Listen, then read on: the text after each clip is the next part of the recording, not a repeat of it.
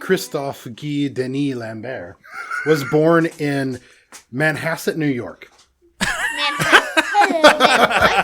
What?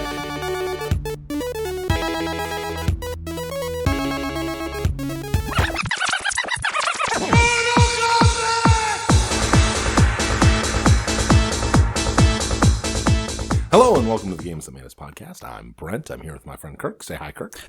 Finish him. And as always, we're joined by a good friend, Benny. Say hi, Benny. Brutality. Nice. How you guys doing, fellas? That good, huh? Yeah. Yeah. I got a gut full of taco. That's good. Yeah. I mean, of all the places that you could have taco, I feel like gut is one of the better ones. Mm-hmm. At least if you intended to put it somewhere, that's the right one. Yeah. I have an ear full of taco. It's been a weird night. Brent missed again. Yeah. Either face or gut. That's the way to go. There you go. That's the way to do it. So hey, you know what we haven't done in a while? We haven't talked about what we're drinking. What are we, Kirk? What you want? What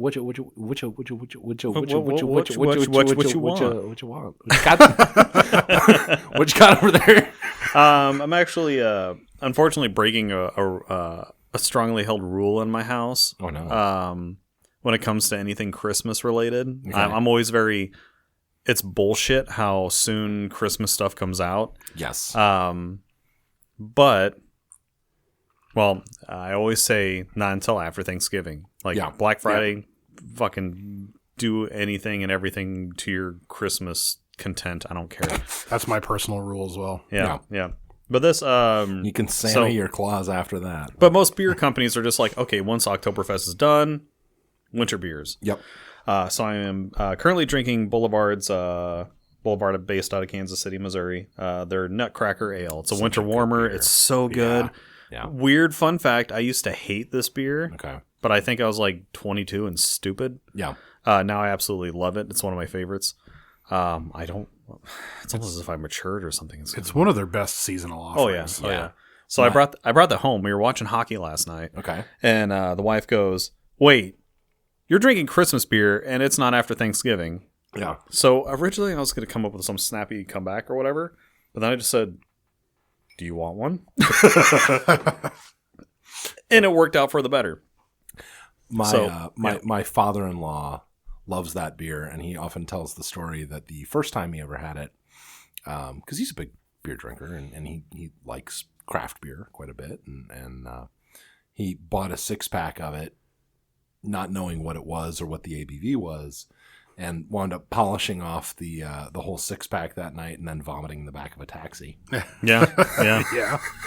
I mean, it's so easy. It's such an easy drinking beer, but it's almost 8%. Yeah. So it's dangerous. It doesn't seem like it is the ABV that it is. Yes. It drinks at 2% lower than it tastes. Yeah.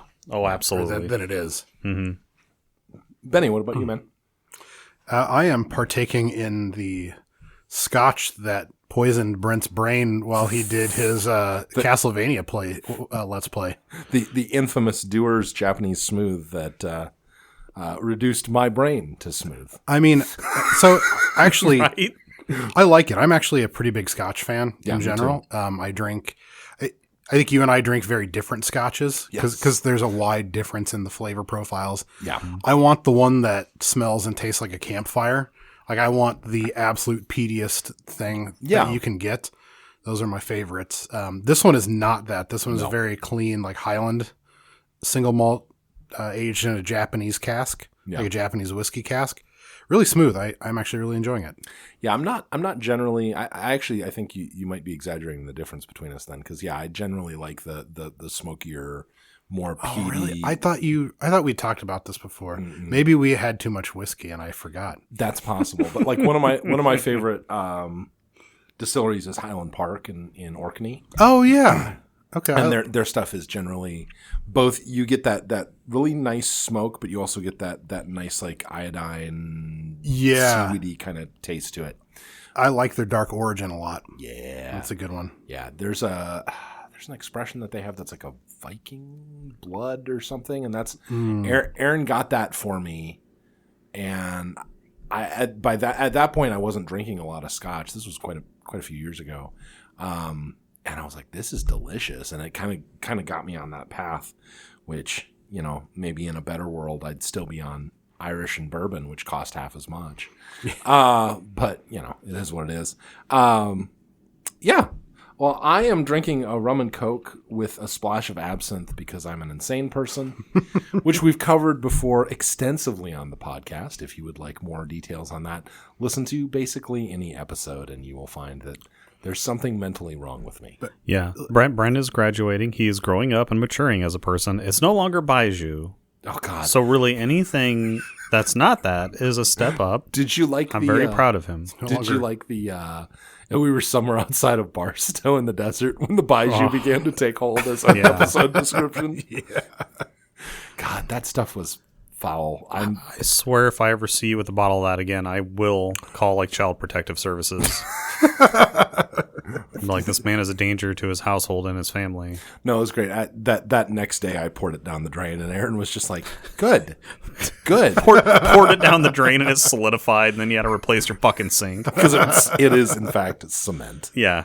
It's just sorghum concrete. Yeah. Ooh. Soncrete? Socrete. Sore... Teat? Crete gum? Crete gum? Yeah. Crete gum. So this is the Brent we have now. It's clearly deteriorated his brain to the point. I am the Brent that you have at home. Yes. I'm the Brent that you got on Wish.com. Yeah, fucking Temu. Yeah. Temu Brent. Showed up with a broken package, but it's the best you can expect. My package is just fine. Thank you very much. Temu he Brent showed it to me. He's lying. That's true. It's not fine. No, let's be a little more specific. Not about your package, but about your rum and coke. Be more specific about your dick. Yeah, Temu. I've Brent seen the neck. Dick neck. Anyway, Temu Brent is actually Swedish. Just for the sake of just for the sake of giving you full credit for what you're drinking, is it Cruzan rum and Pernod? Yes. Yeah. Okay. Exactly. Okay. And Diet Pepsi. Oh shit! It's Wish.com rum and coke with black licorice in it. Yeah. It's got a nice. Well, because the thing was that yeah, that's how this started. Well, you see, what happened was what had happened was no. So I love a improved whiskey cocktail, which is like a rye, simple Angostura, and then a couple dashes of Pernod. Or absinthe. And I was like, so then I started on a quest to what else tastes better with just a little bit of absinthe in it. And turns out for me and who I am and my weirdness, it's almost everything. This just tastes like root beer. That actually makes sense to me though, because it just tastes like Barks. So yeah, the nice thing about like a cola is that at its heart, it's kind of got this. Sorry, fan. I got to go over and grab this cup. Well, especially with the spiced rum. Yeah. You've got kind of a spice profile to begin with, which is like you said, like Dr. Pepper or root beer are kind of like inherently. Actually, I get the root beer very strongly. Yeah. If you're not drinking cheap absinthe. The absinthe flavor is actually pretty good. Yeah. Pernod is kind of a cheap entry level. Yeah. But it's not like. Well, it's not. It's an herbal liqueur. Yeah, it's a pastis rather than an that's sorry, fan. I might pause the episode and have Brent make me one of those. Yeah, you want one? Yeah, I kind of do. Yeah, I'll make you one. And there he goes. It's actually delightful. Yeah. Oh, I dropped tomato on the floor here. I think I left a little over here as well. It's fine. It's not like the floor is clean or anything. Well, I figure like if we were ever gonna do like a carpet or something in here, I really think we'd benefit from that. We could just sweep it out. Fan. For sure. Fan. Brent is onto something with this drink. It is. So it smelled like a. Most people, I would say most people don't like black licorice. Yes, as a flavor. My family hates it. That anise flavor is very strong, but there are times and places where like if you think you don't like it, give it a chance if it's a subtle flavor. Like, I don't like just black licorice candy. I think it's kind of gross. It's overpowering. But I like it in like Good and Plenty. Well, yeah. So there are places yes. where like it's appropriate. So like in a mixed drink where it's like a like minority a flavor, like a compliment. Yeah, yes, it sets it off. Yep. It's like, oh, what's another one? I think the cola in this instance is really kind of the foundation that that black licorice kind of jumps off of. I think it's like the mixed drink, like a Negroni, I think also has a little bit of absinthe in it, and that one's very good too. If you get the balance right. So my family makes I alluded to it before, but like I was born in New Mexico, and there's a New Mexican cookie called a bizcochito that is actually made with a little bit of ground star anise in it, and it's just enough to kind of pop out, and they're really delicious. Like I said, I don't like black licorice candy, but I like a little bit of it. And same thing with like good absinthe. You get like a whole bunch of different flavors, and it's only like part of it. But I think most people, like myself, I don't go out of my way. Like, I like black licorice and that taste, but I don't gravitate to that candy and buy it all the time. I'd say that's pretty common across anybody who actually likes black licorice. Like, have you ever known a single person that's just like, fuck yeah, bro, I'm gonna give me some black licorice right now? I've known a couple people that have. Oh, thank you, sir. I have a couple friends that do just like black licorice. Really? Like we'll eat it. And I think some of it's like cultural too, like where you grow up. I had a coworker who was from. I mean, I just tried Brent's. Is yours different? Slightly. I mean, just proportionately, it's probably a little different. Yeah, that's delicious. No, I like star anise. It just like sits there. And it's got a little tingle. Yeah, it just sits there on your tongue. And it's just like, hey, how's it going? So I was telling Kirk that like, how you doing? Right? Yeah. It really is kind of like, hey, what's up? like not to like harp on like the I was born in New Mexico thing, because that's like boring at a certain point. But the cookie, like the bizcochito, are you familiar with that, Brent? Yeah. So that's conventionally made with a little bit of ground star anise, and I really love those. The point I was making, Kirk, is that I think people that say they hate that flavor, there's actually things that they'd probably like if they were introduced to them that have the right proportion. I think the problem is that Americans are usually first exposed to that flavor and most strongly associate that flavor with black licorice, which is nasty crap. Mm-hmm. But the star anise flavor is great, and like if you meet somebody from like the Middle East or Southeastern Europe, or most of Europe actually, like they eat lots of things that have that flavor in it, and it's great. Well, and it can be much more delicate. Like Sambuca is another liquor that has like kind of a delicate black licorice flavor to it that's not quite as overpowering. Yeah. I was getting started on saying, like, I worked with a guy who was originally from Belgium, and they have a candy over there that's like made with you just said the word when we were talking about scotch, and I've just blanked on it. The kind of like iodine. Yeah. flavor. So they have like an iodine candy. They're like Swedish fish. Okay. But it's like they are flavored with iodine salt. So it's like a salty, like bitter sea flavor, and it's really bizarre. Yeah.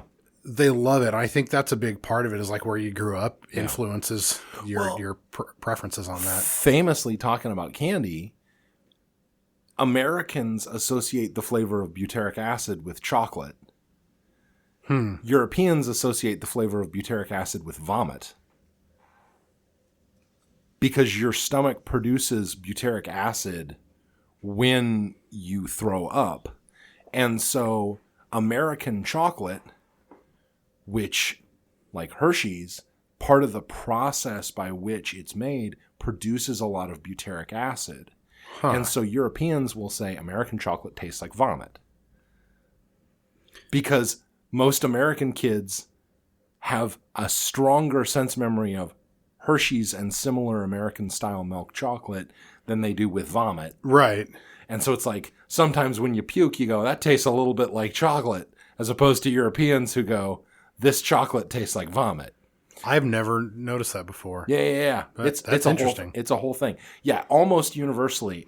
It's also why if you have European chocolate, it might be very nice, but it seems to lack a little something. It's the acid component. There's no acid component to European chocolate, so it tastes kind of bland. I was just going to say, I've been over to Europe plenty of times, and each time I've been over there, Germany, Switzerland, fucking England, doesn't matter. I'm like, oh, and I've had their type of chocolate. I'm like, it's a good chocolate, but I don't understand what all the hate is about with our chocolate. To me, it tastes kind of the same. It's just one of them has, like you were saying, there's little bit of a tang to our chocolate. Yeah. And that's across the board, not just milk chocolate. Chocolate in America and milk chocolate over there is 100% completely different. Yep. I mean, they still it's chocolate in the grand scheme of things. Like it's like, oh, a lager over here is different from the lager over here. It's still a lager, but you know what I'm getting at though. It's the basis is the same. But so what happened is that Hershey. The problem was with making a chocolate that was sweeter and lighter in flavor. They knew right away that it's like, okay, adding more milk to the mixture gets you where you want, but it made it more perishable. And so and I mean, it's called butyric acid because it's also a component found in butter, but it's at very low concentrations. And cultured butter has more butyric acid than regular butter, right?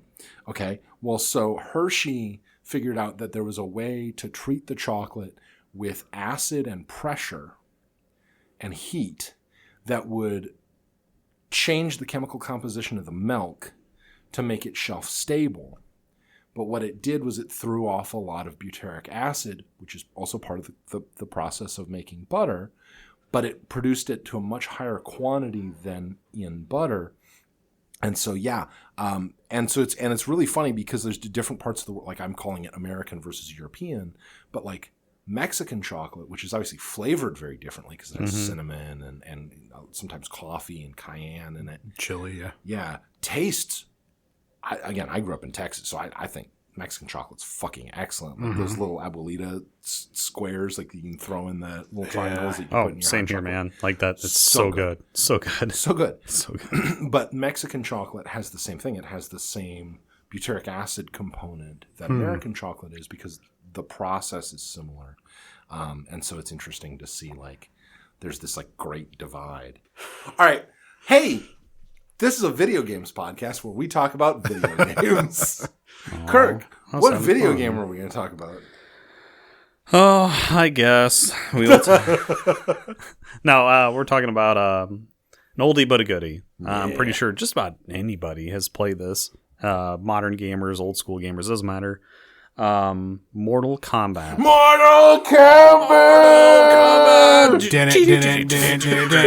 Kang, Johnny Cage, Kano.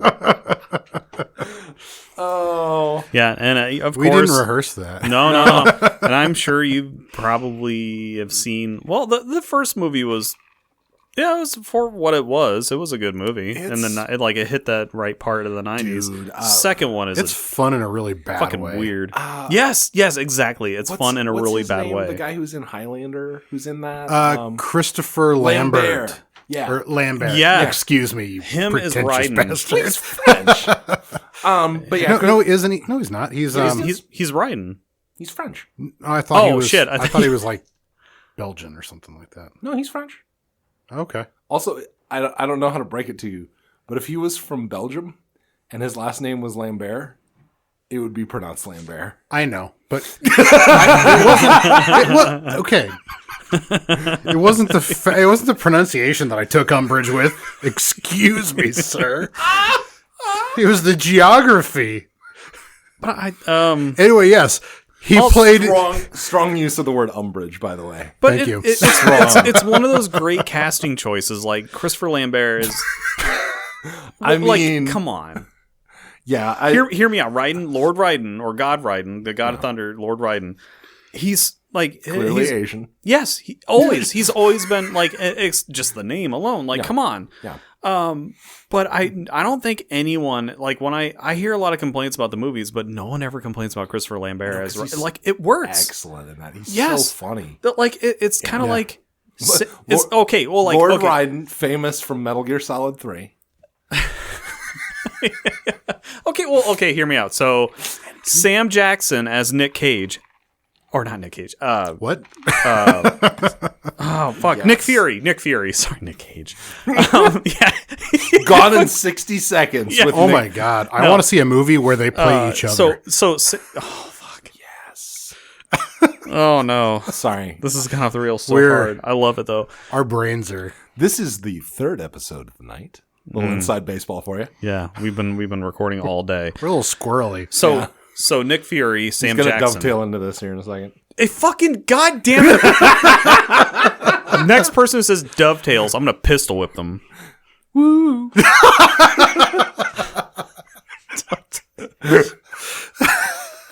Welcome to what I hope is going to be the last episode of the Games Amaze podcast, because I'm going to fucking kill everybody in this room. Sorry. DuckTales, woo! Oh, God. Brent, you're laughing, but you're the one who has to deal with this when you edit this down later. Oh, dude. It's gonna be fucking nightmarish. Okay. Oh, no, it's great. It's great content. I love it. Mortal Kombat.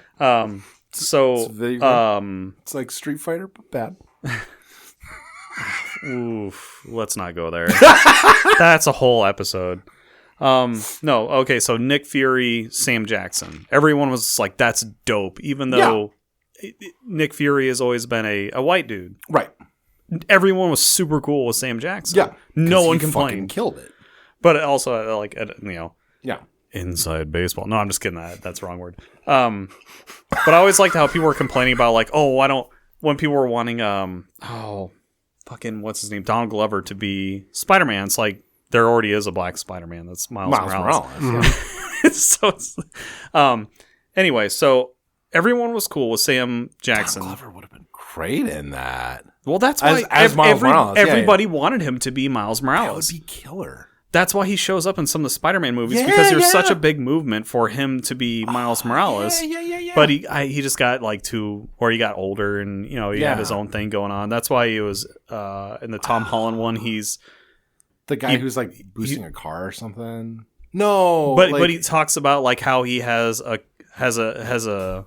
nephew. And that's supposed to be Miles Morales. How did I not piece this together? Yeah, and then he was even in the newest one, the Into the Spider-Verse or whatever. He shows up in there too. So everyone was cool with the Nick Fury, Sam Jackson. It's kind of the same way with Christopher Lambert being Lord Raiden. Like, it just, even though it is not who you'd think it would be, it still it worked really well. Yeah. Also, but Christopher Lambert's like, ha ha ha ha, stone face. Yeah. Is the best thing in movies. Although movies. It was clearly a missed opportunity, because Johnny Cage was based off of Jean-Claude Van Damme. Yeah. And they couldn't get Jean-Claude Van Damme to basically play the character he is based on. Right. Which was so sad. Anya, can you shut the door on your way out? Yes, ma'am. Thank you. She called me ma'am? I don't care. I think she did. I've done that. That's fine. Gender's a construct. Like, that's the whole thing, right? It's like, mind your pronouns, shitlord. My favorite thing is I've seen the meme with the handle she goes by is like lean beef patty. She's like a very attractive woman who's like, it's all like, like weightlifting and shit. And somebody was like, if you like this means you're gay. Sorry, I don't make the rules. And then I'm like, okay, so wait, if I like a woman who's muscular, I'm gay. And if I find somebody who presents as female and very feminine but has a penis, I'm gay. And if I like somebody who is like, dominant, I'm gay. And I'm like, I think you just think everybody's gay. In which case, come on over, big boy. Let's get this done. I guess I think you're the one who's eroding the boundaries between identities. So yeah, welcome to the party. I was just happy to let everybody identify however the fuck they wanted, and then I'd fuck the ones that I found attractive. Yeah. But if we're making weird rules, I guess that's on you. Yeah, bring them over to your house and show them new meaning of the phrase most of the time. Most of the time. What were we talking about? I don't know. Mortal Kombat. Oh, yeah, 1992's... Midway's 1992 classic hit, Mortal Kombat. Pretty much one of two games responsible for the creation of the MSRB, created by Ed Boon and something Tobias. Yeah. I kind of feel bad for not remembering, but it's been a long day. But I feel like Ed Boon has always been like the face of what is now NetherRealm Studios. But just a little quick inside baseball. Yeah, buddy. So it was always published by Midway for the longest time. Right. Midway eventually went defunct, unfortunately. Midway did a lot of great games. Yep. Unfortunately, went defunct. It happens. Happens to a lot of companies. Yep. It's nothing to be embarrassed about. Warner Brothers picked them up as the publisher, and I believe at the exact same time, if not a little bit sooner, Mortal Kombat, or at least the developers, made the actual company NetherRealm Studios. Right. Wonderful team. I really love seeing a company where the very creator of the game is still heavily involved and is still coding and is still really seeing everything from the top down. Yes. And I think even Ed realized that the studio, or not the studio, but the game series itself was getting a little stale. Like, you can only push... Like, they basically invented the fighter game, really. And at least the side-by-side... Like, what else was there before Street Fighter, shut the fuck up. But I would argue Mortal Kombat, by a wide margin, is far more popular. Like, Street Fighter didn't help create the MSRB... Let's everyone calm down. I think part of it is a cultural or a regional issue, right? Because like the one-on-one fighter, which was such a huge thing in especially like mid 90s through early 2000s. I think in Japan it was Street Fighter, Fatal Fury, King of Fighters, and Tekken. And eventually, like, Virtual Fighter. But and Virtual Fighter. Yeah, Virtual Fighter. Later on, when technology improved. But I think here, Mortal Kombat was... Wait, pause. Who did Primal Rage? You remember Primal Rage? I do remember Primal Rage with the dinosaurs. Yeah. Is it Primal Rage or Primal Fury? Oh, fuck. I don't... Primal Rage. I think it's because then there's Killer Instinct, too, which is rare. Yeah. So that's a British... But, all of those that I mentioned... Other than Street Fighter and Fatal Fury are newer than Mortal Kombat. And so I think it's one of those things where... And also the first Street Fighter sucks. Like Street Fighter 1 is not a good game. And neither was the first Mortal Kombat, but... Yeah. Well, also, we kind of are looking at things through a bit of a warped glass, because the beginning of this, it doesn't just have to do with time, but with hardware. Yeah. Because most of these games were played almost exclusively in arcade cabinets for a long time. Yes. In fact, it took a long time before any of these were ever ported, and the early ones were not good ports to console. And you have to remember that at the time, you did have multiple directions on a joystick on an arcade cabinet that were easy to, so like 8 directions on a standard cabinet. Yeah. And it was still pretty easy to index the in between the diagonal positions, whereas like those move sets are hard to do on a controller with a D-pad.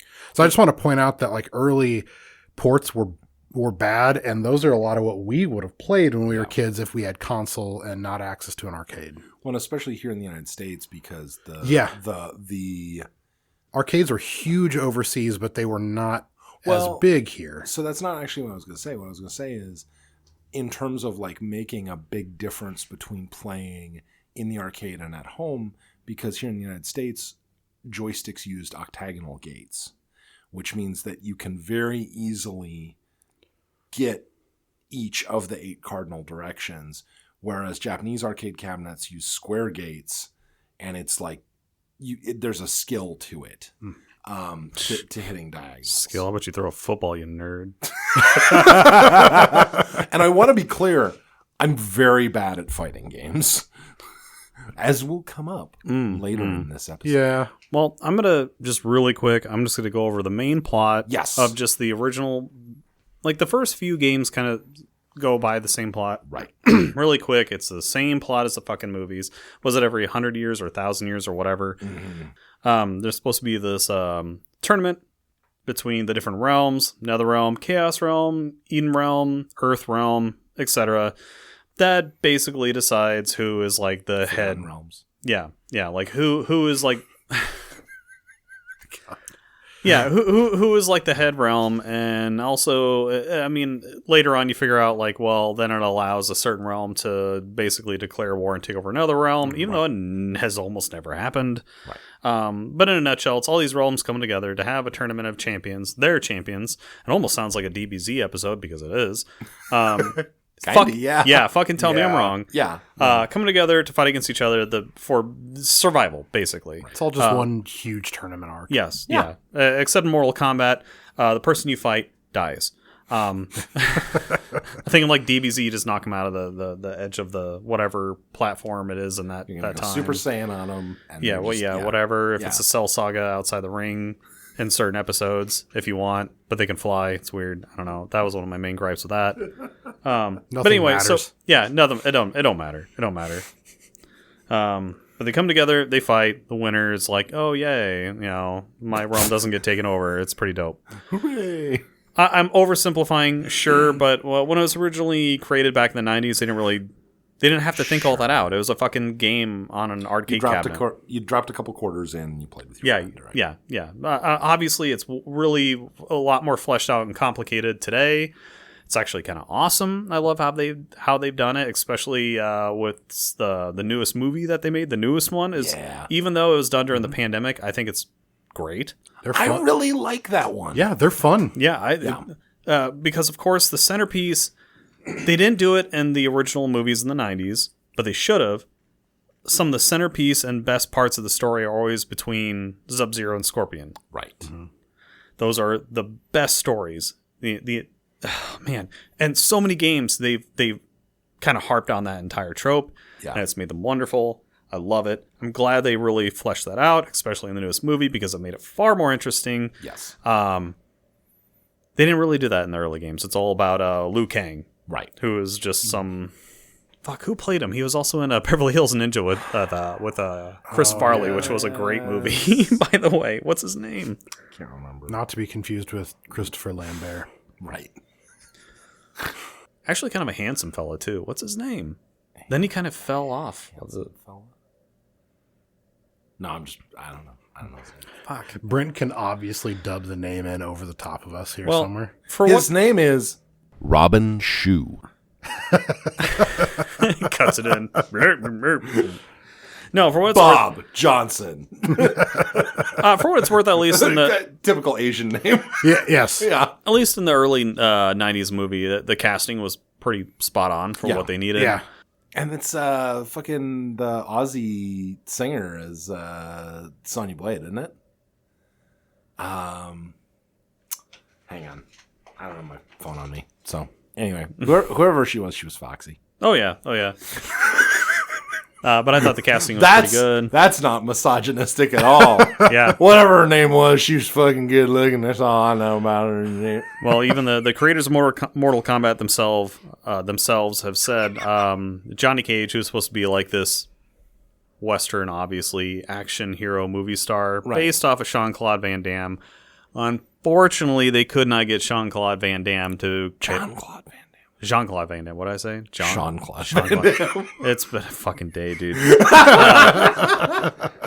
Other than that, the movie was very fun. It was very campy. Yeah. I'll watch it every now and then as an adult in modern day. And I'm like, wow, these effects are really fucking terrible. Oh. But Yeah. It's still fun. One of my favorite... Reptile's the best part. Oh, Reptile. That fight was so fucking stupid. Yeah. But the fight with Scorpion, even though like he's supposed to like throw a rope spear, but in the movie they made it like come out of his hand as if it were like a living creature. That was fucking dumb. Biological thing. Yeah. Yeah. Like that was dumb, but the environment was really cool with the very aligned like it was basically an orchard but with normal trees. Right.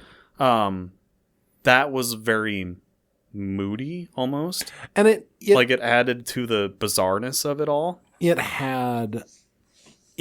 was very similar to, or it made you think of the environments in the game, which all have this certain like they feel like they're kind of locked to a grid. Yes, even the ones that aren't necessarily obviously an arena. But obviously, we've been bitching about the movie. We should probably bitch about the game a little bit. Yeah, let's bitch about the game. The original game had a very small cast of characters. In fact, it was so small. The reason why is just inside baseball. Why Sub-Zero and Scorpion even exist to begin with is palette swaps.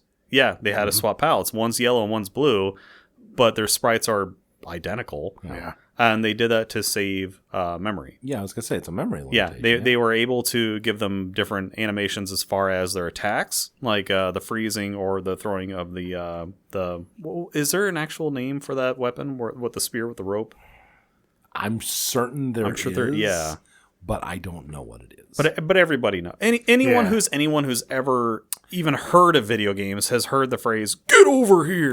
Everyone knows exactly what that means. Yes. Everybody. You fucking find me someone who doesn't understand that reference, I'll find you a fucking liar. Yes. I think they might actually call them just like rope spears. Yeah. That might be. He was a French revolutionary, right? Robespierre? Fuck. I'm going to throw something at him. It's going to happen. Brent's just over there spinning his tires, not giving a fuck.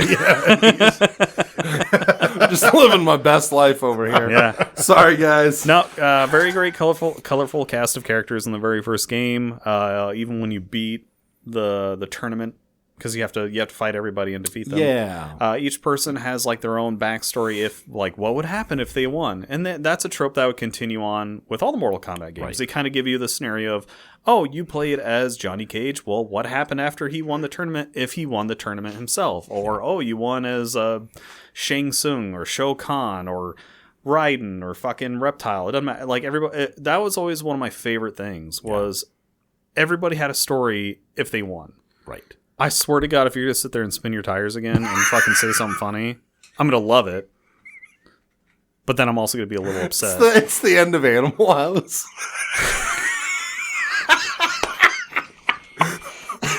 Liu Kang became president of the fraternity. If I remember correctly, Daniel Simpson Day was the guy's name. And he goes, yeah! He spits out the fucking car. And it just straight up says whereabouts unknown. That is Brent right now. Raiden got really into the 60s, and we never saw him after that. Oh, God. He takes off that cop car like the freeze frame whereabouts unknown. God, none of this is going to be usable. No, it's all great. of this is usable. Yeah, it's all great. It's been a while since we had just a total shit show. But if you think about it, how games work, I mean, we don't really need to go into the gameplay that much because it's a one-on-one fighter. Yeah, that's it. Yeah, like you have a character has a certain set of moves versus another character has a certain set of moves. Right. You button mash or whatever the fuck you want to do. It don't matter. And then you try to win. I will say, like, this and Street Fighter, because, again, they're both kind of, like, similar time frame. The idea of, like, a certain sequence, especially of inputs on the D-pad, was, like, the first time my friends showed me how to do that or that was a thing was kind of, like, crazy to me. That it's, like, up, left, down does something as opposed to just being a directional input. Was weird to me. Mm-hmm. Again, like in the era that it was, a button meant one thing. Yeah, like here's your input. Right, yeah. This was the jump button. Mm-hmm. And it's like, oh, well, you do, high kick or like High strong kick, low kick. Yeah. Roundhouse kick, high punch, low punch, jump. Yeah. Mm-hmm. But like a certain sequence of those unlocks some special move. There was a time where that was unique and weird, and this is from that era. Mm-hmm.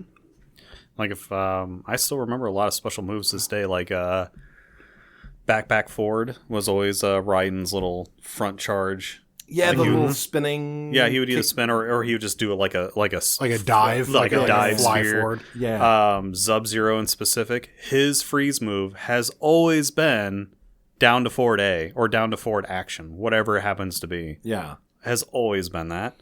I think Scorpions is usually back forward A or back forward action, back forward X, back forward square, whatever platform. Yeah. I love how they've kept a lot of the moves the same. Yeah.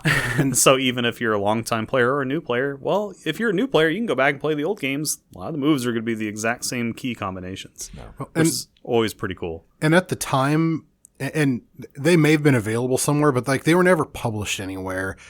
That's true. By a first party back in you could probably find them, but that might have been a third party or someone like word of mouth. So like I learned some combos just from friends being like, "Oh yeah, do you know you can do this with Baraka or whatever like that?" So like I still only know a few because like it's hard to figure them out in the heat of the moment. Absolutely. So like a lot of games, I actually. Like Final Fantasy had entire player's guides. I had the Mortal Kombat 2 combat guide.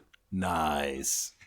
Really nice. That really nice paper, basically. But I had that, and that had all of the... And even then, and you're right, it didn't have everything in there. Yeah. It had a lot of the movesets, but there's a lot of stuff Some that were we didn't secret. tell you about. Yeah. There was a Mortal Kombat cabinet at the Putt Putt Golf in Arlington, Texas, that had an overlay on the around the bezel for the monitor, and that was common. A lot of fighting games had that straight from the factory.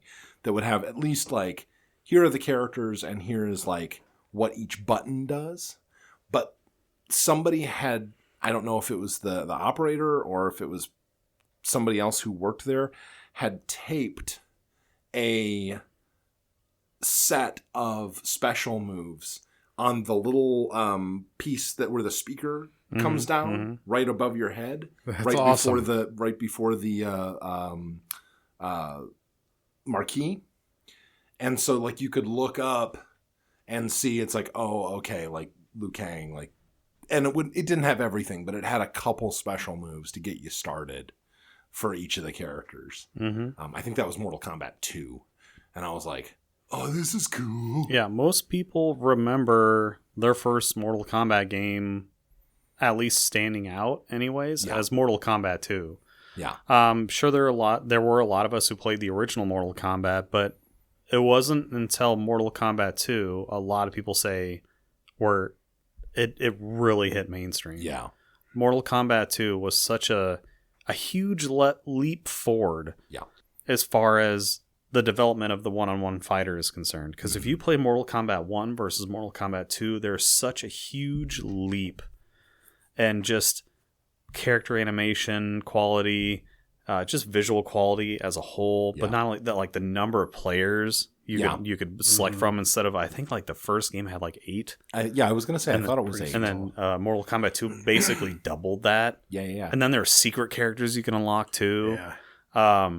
Which really became a staple of the genre because which Marvel vs. Cap, which was always my favorite fighting game, that one, like if you just start playing it, you only have about half the roster unlocked to start out. And it was really Mortal Kombat who started that trope too. Or not trope, but more of a standard as far as fighter games are concerned, because fucking Nintendo with Super Smash Bros. Still does it to this day. Yeah.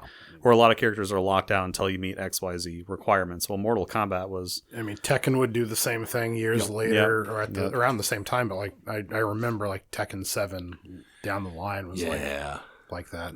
Mm-hmm. And one thing that I don't know that you've mentioned it, but like we should probably talk a little bit about just like graphically how different Mortal Kombat was than like almost anything else with the digitized. Yes. So Mortal Kombat actually had they kind of utilized what is considered like first gen mocap. Mm-hmm. They had actual actors come in costume of the characters that you see on screen and would capture them doing certain moves. Right. I mean, nowadays, you wouldn't have them in full costume. You would have them in like, a green suit and even then that tech's evolving to make the animations and to make the characters do what you want them to do. It was really different in that day because Mortal Kombat went more so the realism as far as like a human body moves. Whereas if you were to play, Street Fighter and you're playing as that fucking the green guy with the electricity and all that. What's it? Like that was all purely animated to do that because it was more of a cartoon than it was an actual human an actual biological thing. Didn't they basically rotoscope captured footage for Mortal Kombat? Something like similar to that? So that's the word I was kind of... And not rotoscope as you think it is, but it's like that. Same principle. Same principle. What they'd actually do is they brought in the actors, like Kirk was saying, and they would film them in front of a blue screen. And then the artists would take individual frames out of the video, the resultant video, would cut that out, clean it up, and then use that to make each frame of animation for the sprites. So they're taking real video of real people and turning it into sprite-based technology or sprite-based graphics. And it's right at that era where mid-90s, everybody knew there was something else coming. Mm-hmm. And nobody quite knew what it was, which is why we had stuff like Donkey Kong Country, where it was the pre-rendered 3D graphics. We're going to use 3D graphics, but the hardware is not powerful enough to... And like Vector Man's the same way, right? Yeah. Like when the hardware is not powerful enough to generate these frames of animation on the fly, but we can generate it on a Silicon Graphics workstation and then spit out individual frames to make sprites. We had the early 3D stuff, the Star Fox and the... the 2.5D. Yeah. Well, and what's the game? Is it Spectre? There's a tank game that came first to the Mac, and we were a Mac household, and it was all line drawing tanks. Oh my God, I'll have to look this up. I'll put it in the show description. But I remember getting that as a kid and just being like, oh my God, there's a video game for Mac. I was so excited. But everybody knew there was something else coming, and nobody really knew what it was going to look like. And I feel like Mortal Kombat, and there were a bunch of other games that came after it that looked similar. So this was a style. This was a visual style that people became familiar with after Mortal Kombat. And for a second, it looked like it was going to be a much bigger thing than it wound up becoming, because it was this weird transitional era. Yeah. And then it would be quickly eclipsed by better hardware that was right around the corner. Right. But then at the same time, along with the leaps or at least the perfection of the technology at the time, you started approaching that era. Well, no, it was the start of the era where ratings, as if it were a movie, with the ESRB came to be. Because before that, there was no ESRB. There wasn't a rated T for teen, or rated M for mature, or rated E for everyone, or whatever. As if you were watching a movie where PG-13, rated R, rated PG, G, A, whatever the fuck, or XXX, whatever's your flavor. Do they even are there even movies made that make it to the MPAA where actually that are rated X or whatever? Anymore? It's just called the internet, I think. Yeah, I'm pretty sure that's just... They're just unrated and just released directly to streaming where they are not even regulated.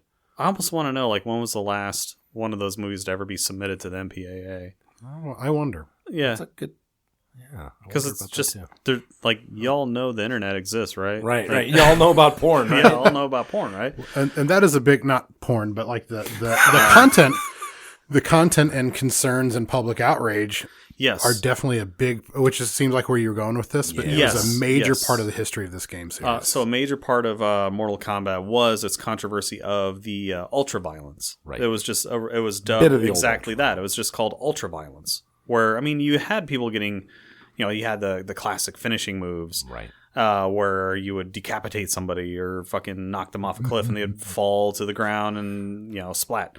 I was very excited the first time I saw that. Yeah. And I was like, and not only that, a lot of they had various versions. I would either have blood or no blood. So they were, it was a weird change in how public perspective came about on these games, because you really didn't have anything up until that point that showed somebody actually getting hurt or maimed or killed or whatever. It was always the art. It's always abstracted out. Yeah. Yes, because like there was it was like a hardware or art limitation where you couldn't consider it to be graphic violence because you really didn't see what was going on. Like you had Mario jumping on a Goomba. Like, yeah, sure, he's squashing and killing that creature, but it's in such a comical, fantastical way you don't think about it. But this was actual humans harming other humans in a very visual, stylistic way where it could be perceived as reality.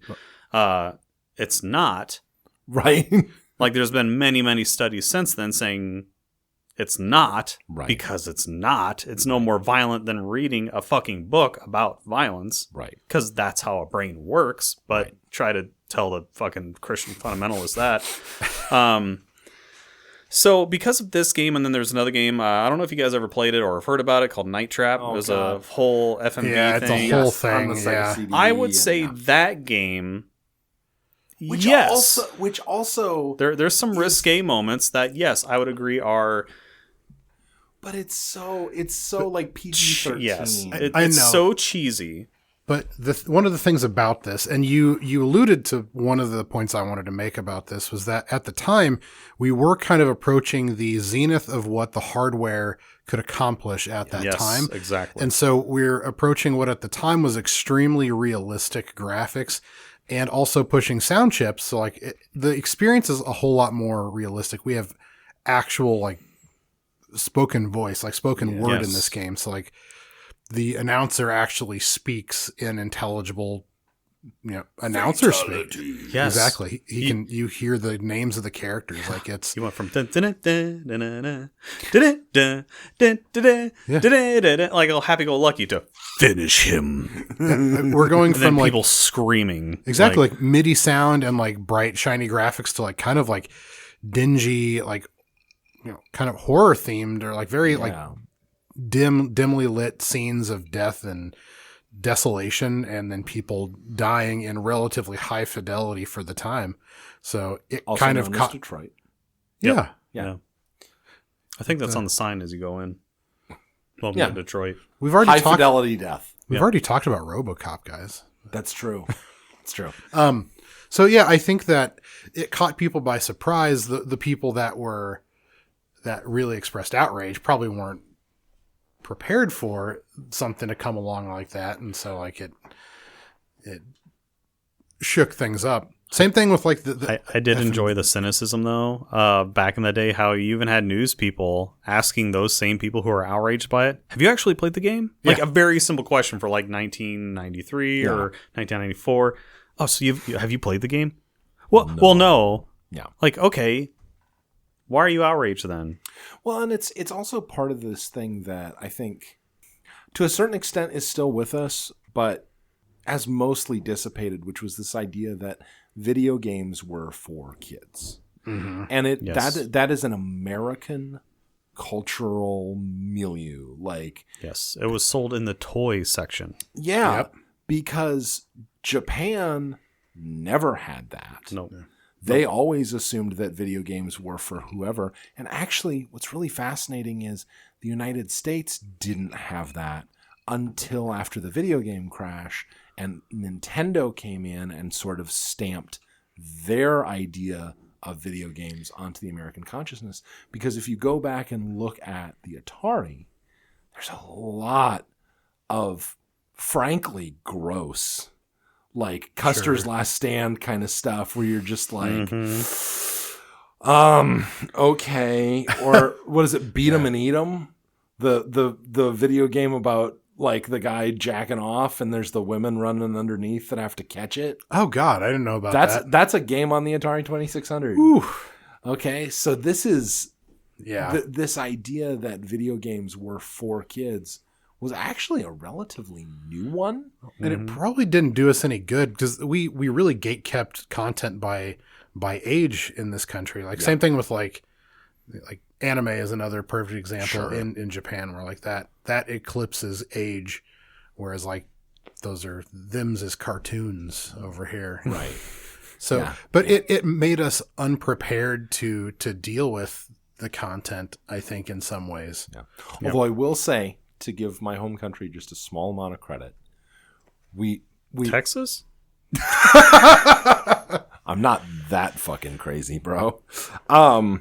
But no, to give the United States just a little bit of credit, we were more mature about video games than the fucking Germans or Australians. Yes. Who, like, I'm pretty sure Mortal Kombat is still not available in either of those countries. It is, true. But I mean, even still to this day, a lot of European releases are heavily edited. Yeah. It's changing, but I think the cultural differences between like us and the EU, specifically Germany, and about how there's a rule of ascension where it didn't really exist back in the 90s, but you all know the internet exists, right? Mm-hmm. Like that conversation of it's that's why a lot of Germany's like censorship laws don't really exist anymore. Sure. And most they just allow most video games just to go directly to without any editing.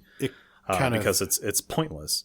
People are going to find a way around your bullshit laws. And that brings us to our sponsor, NordVPN. Yeah. We talked about VPNs in specific too. Because at this point in time, video games like movies now, or always have been for many, many decades now. Not always, but for many, many decades now, has always had the MPAA who decides, or who that which decides. Yeah, I think I said that correctly. Who that which decides, right? Who decides? Who decides? Them's who done figured out is the technical term.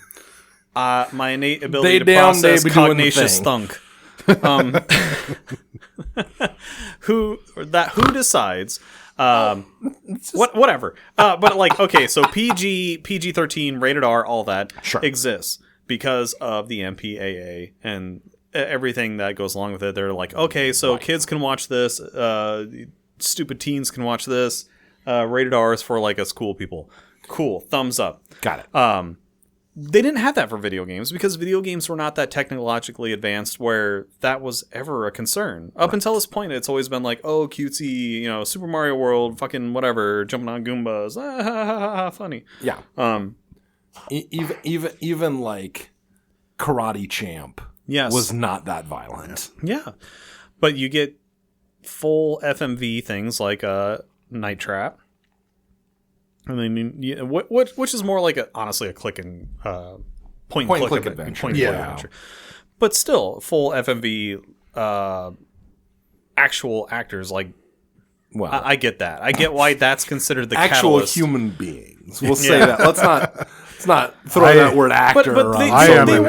I'm just saying they weren't converted into sprites. Like it was. So there's like more of an interactive story, but. Along with Mortal Kombat. What? Brent's had all the rum. Yeah, it's like it's like a choose your own adventure book. Like that's what that game is. Me going into like a store or something. All of a sudden I fall on the floor, go flat, and it's like, oh god, I was converted into a sprite.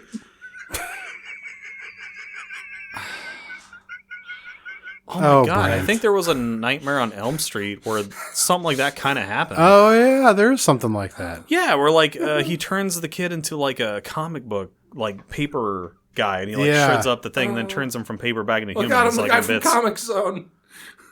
That game's hard. Yes, it is. Holy it's a really good game though. Yeah. Fuck what? Oh, video games. We talked about that. So. So Brent begins the process of editing 8 hours of raw. Yeah. So Night Trap is one thing, but Mortal Kombat was like you are the difference between the two is one, like we were saying, was more of like a choose your own adventure point and click thing. Mortal Kombat was you are actually in control of these things. So it really kind of exacerbated the need for an MSRB even further to someone to decide, all right, well, we're going to rate games going forth like we do with movies, where T is for teen, M is for mature, which is... Well, and they came What's the difference between teen and mature? Is I don't know. Mature... Because I thought adult was 18. Is mature 18 and then adult is 21? Whatever. Are you talking about the... Mature, no. Are you talking about the ESRB ratings? Yeah, and like ESRB ratings. And like the PEGI ratings? Yeah. Yeah, I can't remember exactly what the... Well, anyway, we have those ratings now, and even... For many years, it's been a joke because, like, even Halo was, I think, rated T for teen, and I remember buying that and not being a teen. Yeah. It was very loosely enforced at best. Because, again, it's a video game, and if you're an intelligent human being, you know the difference between fantasy and reality, but unfortunately, that doesn't always work, and you get kids that fuck it up for the rest of us. I don't think I ever got ID'd for a video game until I was in college. Yeah, I have been ID'd a couple times, and then they just gave up. Yeah, the industry didn't do that for very long. And even then, like it's dubious at best. Like Steam's like, you're over 18, right? Yeah, it's like fucker, I have a debit card. It's the fucking porn website thing where it's like, now be honest, how old are you, kids? It's like, I'm 21. At least in Steam's defense right now, my Steam account is old enough. Oh God, why is the fist there? My Steam account is old enough in itself to buy an adult game. Yes. I want them to start putting those, like, whether it's Steam or like Pornhub, I want them to start making like the years that you can be born in, like back into like at this point, make it fun. Like, let me choose to have been born in 1843. And that, like, and then I really want to mess with their metrics. Okay, here's what you do. If you want to make sure that no one underage ever sees porn ever again, have an infographic pop up where it's a rotary phone and you use your mouse to dial the number. That's how you separate. Okay. Or text with T9. Oh, yeah. Text us your age. My oldest has a T9 phone. Really? In 2024. Yeah, it's great. And I was I know we're still doing skills. Passing on skills to my child. I remember having to text that way. Yeah. Yep. And also not calling anybody until after 9 o'clock. Yeah. Like we all collectively are just like, free nights and weekends. I know what's up. Yeah. Oh, yeah. So with Mortal Kombat, the creation of the MSRB, a lot of controversy behind it, where a lot of people would think, oh, well, this will drown a game. Like in modern day, it might. It really kind of just added fuel to the flame back in the 90s and made it even more popular because, I mean, we didn't have the internet. Right. So you're watching late night news programs or maybe seeing it in a newspaper or magazine about this controversial game, which it really seems so quaint in comparison to today where everything is apparently horrible and terrifying. Even the we're so fucking dead inside and jaded at this point. Like, we've been through multiple recessions, our generation. Like, bitch, we had a war for breakfast. Like, it's fine. You think fucking Mortal Kombat's a problem? Oh, that's so fucking cute. I'm glad that's the worst thing that ever happened to you. The worst violence in it now is like confirmably like cartoonish. Yeah. Like I could find a Simpsons Halloween episode more violent. Like for real, like actually. But I mean, like I think it is important to put this also into the context of like the console wars, where Nintendo had been so precious with the American market that, like, okay, I played Castlevania 4 on the terribly. I did. I was very bad at it. But no, the version that I played was a ROM hack to restore the dripping blood from the Japanese version, because the the original North American release of that game, the only place there's dripping blood is in the title screen, and it's dripping off of the name Castlevania 4. Nintendo was like, no, you can't have blood dripping off of a word. That's too much for Americans. Yeah, our tender sensibilities. And then Sega came out and was like, fuck it, whatever. We don't give a fuck. You got a game? Release it. It'll be great. And they marketed themselves that way. They marketed themselves as bigger and badder than Nintendo. And the extreme with a big X. Right. And all of the most 90s. Violent games were on the Sega platform for a while. Yeah. And to Kirk's point about like the congressional hearings that led to the creation of the ratings board, the Nintendo kind of sat there and was like, oh, it's not us. We love children and we don't do anything wrong. And it was specifically they said that while the translator was saying that to the Congress. Like, the Genesis version of Mortal Kombat, which had the blood code, and the Sega CD Night Trap were the two featured games. Those were the ones. And so it was Sega that was specifically the one that Congress was going after, while Nintendo, doing their Nintendo things, just sat in the back, counted their money, and claimed moral superiority while acting like dicks. And it's not as if this is unique. It happened even later on with Grand Theft Auto San Andreas, where that bitch Hillary Clinton was just like, they have sex in video games. It's like, you do realize I have to mod my fucking Xbox, which is already far beyond the technical skill of a teenager, and then I have to get a fucking certain ISO of the goddamn game, burn it to a disc, and then put, like, again, y'all know the internet exists, right? Right. Was it possible to do the hot coffee thing on console versions of San Andreas? Or if you modded it. Okay, because I only knew like all those things I described, like you would have to do. It's like I could have at that time just gone to Pornhub.com and rubbed one out like a normal person. Yeah. But instead, Hillary Clinton apparently has no idea like how male sexuality works or how her husband works. Are you implying that politicians don't understand how the real world works? I find it this hard to believe. So. Yeah. I think they're perfect analogs for the everyman, and I really appreciate everything they do, Brent. Yeah. And then of course, they're really in touch with the I can't keep this up. I was going to say, I was really excited to see where you went with that. This particular fuckwit, who I'm glad faded into obscurity, Jack Thompson, if you know that fucking name, who just made it his life purpose to just bash video games up and down, even though not only do I think that person has never even opened a magazine, let alone play a video game, I don't think they've even opened a fucking book. Yeah. Like, if you really think video games are that violent or they need to be ripped out of the hands of every school child, fuck, man, you might as well rip out The Hobbit out of every high school on the planet. Well, they'll do that too. But clearly, it's so annoying how these people rise to prominence when they have no idea what the fuck they're talking about. They're hating something just to hate something because they don't understand it. And Jack Thompson is an absolute statue, basically, of just what pure idiocy and ignorance looks like when it comes to people who dislike video game culture. Well, that and Roger Ebert, that's a whole other episode. Yeah, that's a whole story. Yeah. But that's more of a video game is an art. Not that he doesn't like it, but video game is art. Sure. He's just like, I'm glad. Well, no, I'm not going to start.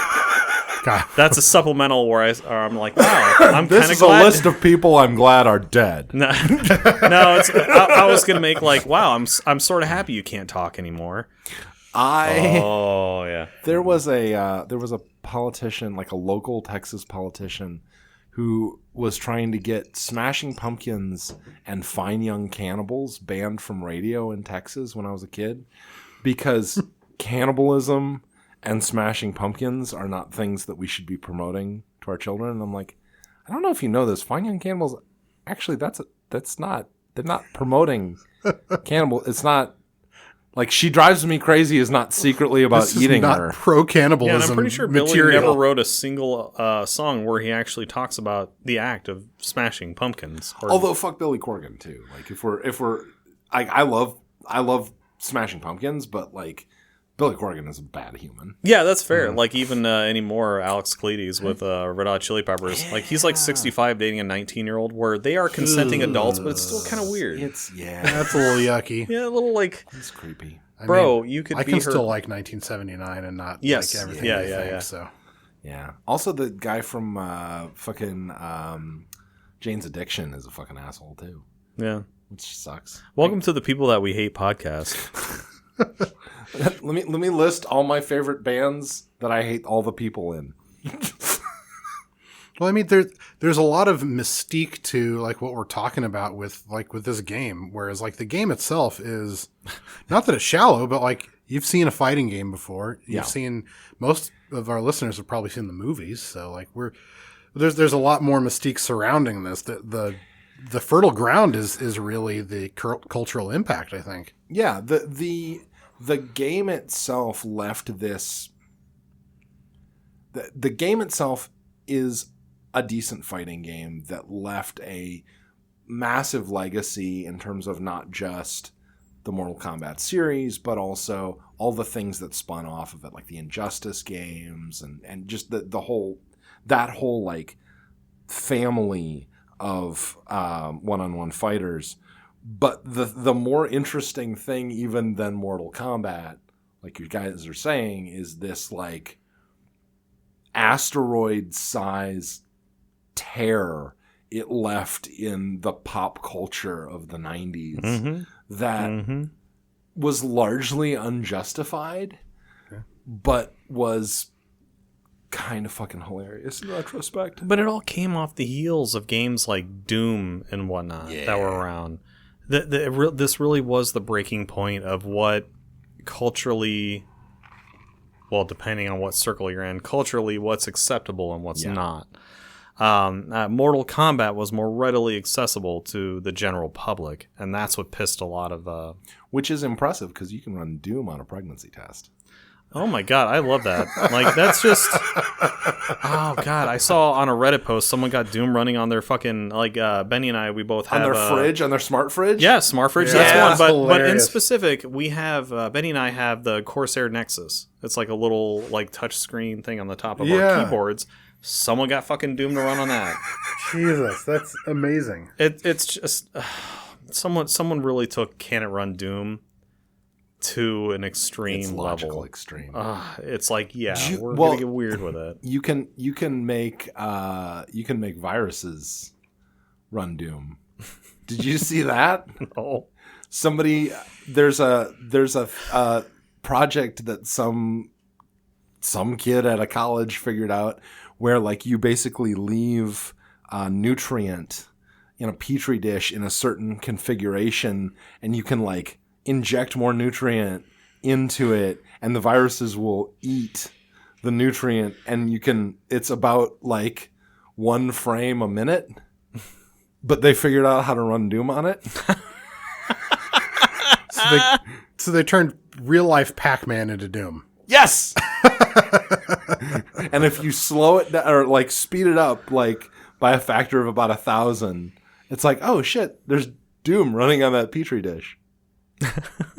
It's amazing. It's so good. I love the world. Ish. Yeah. From time to time. Yeah. Human beings can be relied upon to assert with vigor and their God-given right to be stupid. Yeah. Also, there's a project to port Tomb Raider to the GBA, and I'm very excited about it. Oh, someone did Halo to the GBA. That was pretty cool. Yeah. Did you see somebody ported Breath of the Wild to the DS? What? Yeah. How does that run? It's actually fine, because like he crushed it down to about 80 by 80 pixels. Sure. But it was great because it was a project that this like computer science student had come up with, like, I don't know, 10 years ago, like right when Breath of the Wild came out on the Wii U. And again, dude just like did it in his spare time in a computer science class, put it up online. Some Chinese manufacturer of R4 cards, the little flash cards for the DS, found it, stuck it on the default list of games that came with it, and then some kid now bought an R4 card off AliExpress, and the internet lost its goddamn mind trying to figure out if there was some bootleg manufacturer of games in China trying to backport Switch games to the DS. and then the computer science student who's now like a game developer at a major studio somewhere was like, nah, bro, that was me. It's just a smart ass. And it's like, no, I was just doing dumb shit, and apparently some like trawler of Chinese content aggregate shit like found it and threw it on a flash card. But no, that was me, bro. That was a demo I made. I'm like, yes. Anyway, Mortal Kombat. Yeah. Did Kirk? Yes. Do you have Mortal Kombat things? I mean, the soundtrack was always amusing. It was each stage had its own music. Yep. It was very appropriate for the stage. I mean, there's not a ton to say. Yeah. It's more so I feel like I use this, or I brought this to you guys as a Games That Made Us example because of its cultural legacy more so than the games itself anymore. I mean, the game itself, even today, it's still going, and it's great. Holy shit, they have fucking Omni-Man and the goddamn... Oh my god, and the newest DLCs, and Homelander's coming up. Yeah. Fucking Peacemaker's in the fucking game now. Like, this game has had such a huge cultural impact. Yeah. It's to that level. But this was just a very modest... It started out as a very modest game studio who just was... It was just like a couple of dudes just wanting to make a game... Yeah. Back in the early 90s, late 80s. Yeah. So it's so... That is so impressive in and of itself. And then not only that, like, what mentality do you go through? Like, we made this game, and not only that, this game is now so culturally important, even in the early 90s, they created an entire fucking rating system because of it. Yeah.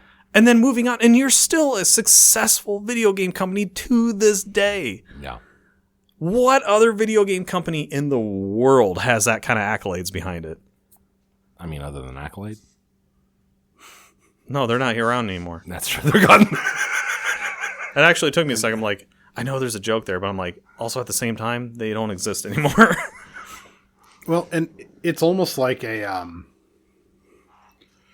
threshold game or a rite of passage kind of game, especially for our generation, where like if you were a gamer, chances are you've played Mortal Kombat, and that you have an awareness of it that kind of approaches ours, where like it was kind of like it had an imprint, it left an imprint on us as gamers.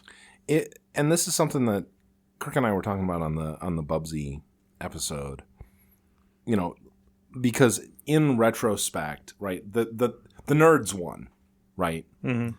The nerds won in terms of video games. Like, when we talk about video games now, we talk about the big narrative, story-driven experiences. Those are the ones that like have sort of won the war. But at the time, it was sports games, one-on-one fighters, and platformers. That's what people had. That's what were on shelves. And I don't remember ever walking into the house of somebody who had a Super Nintendo or a Genesis who didn't have Mortal Kombat or Street Fighter or both. Mm-hmm. Mm-hmm. Not one. It was a given. It was an expectation. Yeah. Because if you had a friend over, that's what you did. Like, you threw one of those two games in. Couch co-op. And you yelled at each other. And you threw Cheetos or popcorn, depending on what your mom gave you. Cans of Mountain Dew. Yep. And you talked about how much lamer their character was than your character and why. because you always had the one character that you liked and always wanted to play, despite the fact that that wasn't necessarily the best character. That's just the one that you randomly, as in your child brain, identified as the best one. And it was just so universal a part of the experience that, like, my neighbor, who, awesome guy, we're good friends. He's not a gamer. That's not really his thing. But when he's come over and I'm like, hey, come down to I've got the arcade downstairs. Let's play something. Mortal Kombat or Street Fighter. That's still, like, our whole generation, it just hit in such a unique way. We want to compete. Yeah. With each other. Right. And that was one of the few viable formats at the time. I feel like that's like my intuition is that like with the computational power we had, how do you represent, like you can't do first person shooters yet. Right. In competitive. We don't have the internet. So you have to have something that's inherently, you can do sports, but sports are difficult to represent unless you get really abstract with like versus play, because you want to get close to the action. But like if you want to play football against another person, how do you accurately capture the entire field, without really zooming out? And when you're talking about pixels, you lose all definition. And so it's not necessarily a great experience for more than one player. Where fighting games 2-on-2 or 1v1 can get right up in the action and everyone's engaged the entire time. And one thing I'll say, like, because Kirk mentioned, Midway and how they, shepherded this franchise for so long. Midway was the 800-pound gorilla of American publishers who were making competitive games that you could play with your friends, because NBA Jam was such a huge thing for me. That was probably the game that, like, me and my friends played the most as a little boy. And then you get nuanced about it too. It's like, oh, you don't have Terminated Edition? Fuck you. Yeah. And exactly. I can't play as Bill Clinton. This is bullshit. Spike your Super Nintendo controller into the floor. Yeah. Fucking tell your mom to give you a bigger allowance, you bitch. And then, like, I remember, and like a little bit later, but like, what was the NFL one? Blitz. Oh yeah, because that was later on too. Yeah. And I remember like playing that in the arcades and just being like, "Oh, this looks so good." I hated football, I still do, but I was just like, it was, so much fucking fun. And that I kind of mourn that, like, couch co-op as the way to experience multiplayer gaming, because I loved couch co-op, and I've never really gotten into online multiplayer. I still like. I think the subsequent generation was the best for couch co-op stuff. Yeah, the for N64, sure. PS1, Saturn, like that era. Yeah, but in the N64 especially, because it had 4 controller boards. In the global grand scheme of things, though, I challenge you to find me a game that has had a bigger cultural impact than Mortal Kombat, because I just go to Taiwan, go to Germany, go to Japan, go to fucking Brazil, walk down the street, and even in English, point at somebody, throw your hand out like that and go, get over here! They will know exactly what the fuck you are talking about. Exactly. Even if it's a younger kid, they will know exactly what you're talking about. So that was one of the real main reasons why I want to bring up this game. Like, we could talk about the gameplay of the individual games themselves, or the music or whatever, but it's more so, to me, the legacy of the entire thing and how it still continues to be such an influence on everybody even today. Like, pop culture doesn't, like, not almost on the same lines as Mario in a lot of respects. All right. Hey, thank you for joining us here on The Games That Made Us. If you like what we're doing, please come join us on Discord. Check us out on YouTube, Spotify, Libsyn, Amazon Music. Hey, if somebody has an old iPhone, can I use it to try and access our fucking Apple Music account? Because Apple won't let me log in unless I have something with iOS, and I'm not going to pay them for something, so they can go fuck themselves. So if you have an old iPhone or something that I could use to log in so I can see if people actually listen to us there, or if people are leaving hateful comments that I've just left up for almost a year, that would be cool to know too. Hey, and I apologize so much, guys, for not doing this earlier. I'm dumb and bad at things. But I wanted to shout out the band Tread Lightly. They followed us on YouTube. I went and listened to you guys. You're fucking awesome. I love like that style of pop punk. It's really fucking great, guys. Like that. Thank you. So to our fan, go on YouTube and check out Tread Lightly. They have some stuff that's a little older. They got some new stuff as well. I think they've got another website as well that's linked in their description. So go check them out. Fucking awesome. Yeah. So go do that. That's your homework assignment for this episode. But other than that, I hope you guys have a great rest of your December. And we will be talking at you pretty soon here in the next couple weeks. And with that, bye!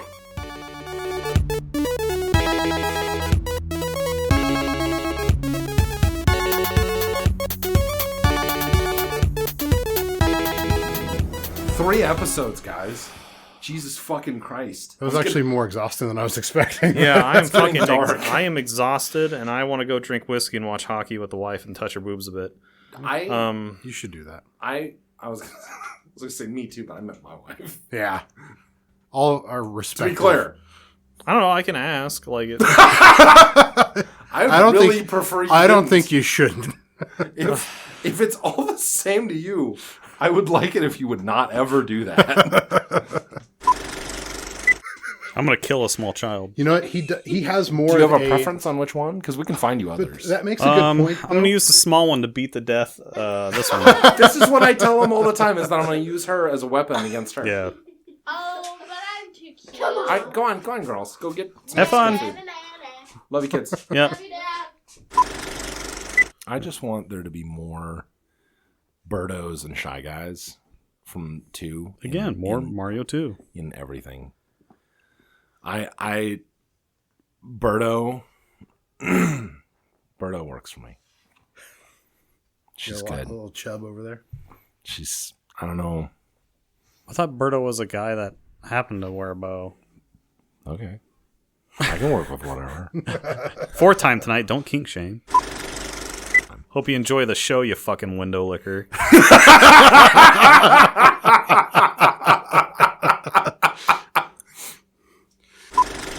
Is crabs mixed with herpes?